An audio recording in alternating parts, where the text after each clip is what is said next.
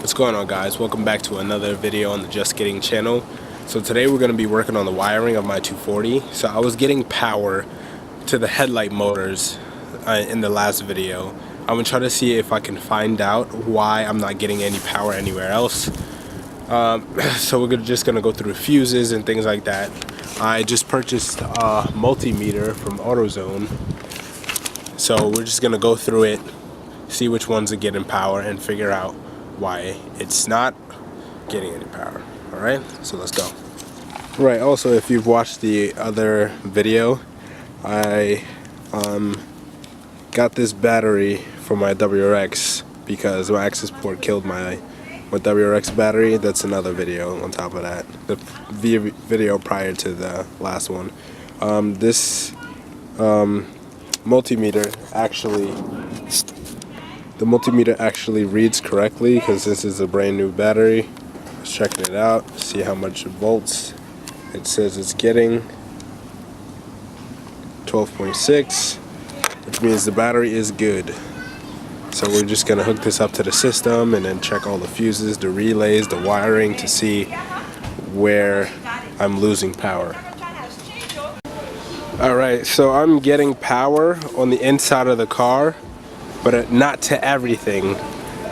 So for the cluster, I have the time, and I can use this switch to turn the lights on and off. But that's about it. Nothing else works. I'm gonna try to see if I could also plug the turn signals in, see if they turn on too.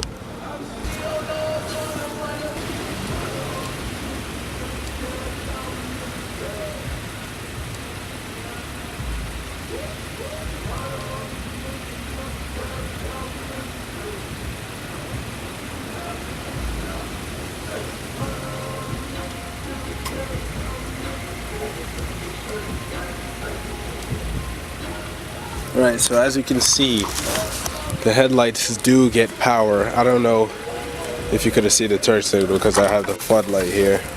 But let's try to go inside the car and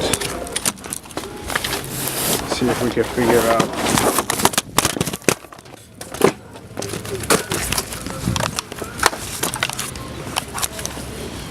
Alright, we're gonna start inside the car again. See if we could figure out if there's any other grounds that need to be grounded in order for us to get power everywhere else. I'm gonna say I'm pretty confused because I plugged some things in. Things over there have power, but just not everything has power, which is confusing because they're all connected to the same thing. So I'm gonna try to see if I can start grounding some more stuff so we can get power, more power different places, but I'm gonna do what I can. Alright, so instead of the multimeter, we're gonna be using this tool, and this tool basically lights up whenever there's power, right? So I'm gonna start going inside the car and tapping it into things to see if I get power. Unfortunately, I'll be using both hands, so I won't be able to record, but I'll let you guys know. But so far, let me just turn off the light. Let's see if I can give you an example. Okay, so here it is, too dark for you to see, but I'm gonna start touching this fuse and it should give a light. You see the light? Come on. That's basically what it does, alright? So I'm testing fuses. Some of these fuses work and other fuses don't. So I might want to replace some fuses and see if that's the problem.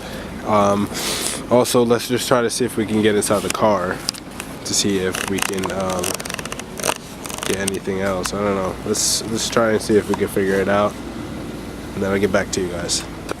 Alright, so in the midst of working on the wiring, I figured out that there's some parts of the fuse box that are not getting any power. I changed the fuses, still not getting any power, so I'm guessing it's the wiring itself, which sucks. And I knew I didn't want to do the wiring because I hate wiring with a passion.